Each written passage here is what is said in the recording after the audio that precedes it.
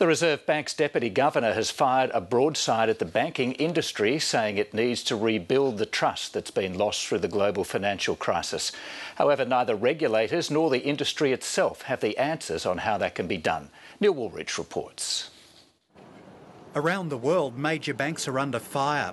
It started with the global financial crisis, and recent scandals like interest rate rigging in the UK have only added to public and political outrage. If the banking system wants the regulatory pressure to ease off a bit, they need to do more to rebuild this bond of trust.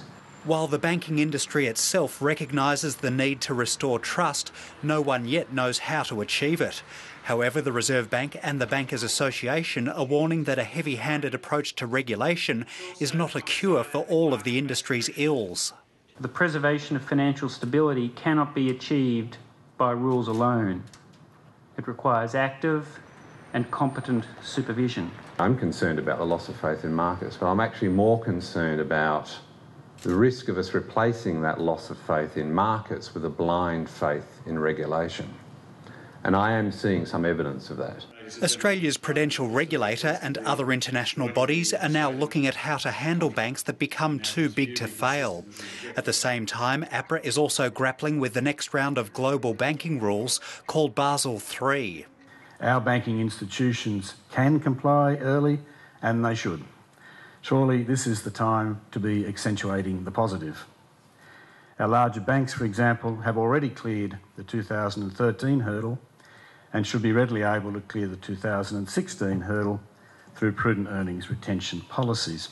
However, the strength of Australia's Big Four banks means that interest rates remain a sensitive issue.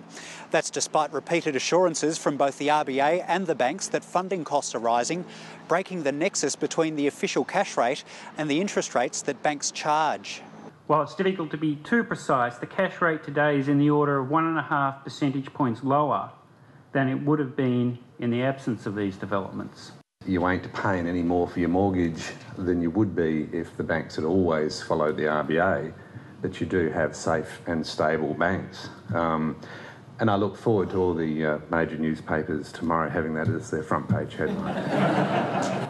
Wishful thinking perhaps, and another sign that banks around the world face a tough public relations battle for many years to come.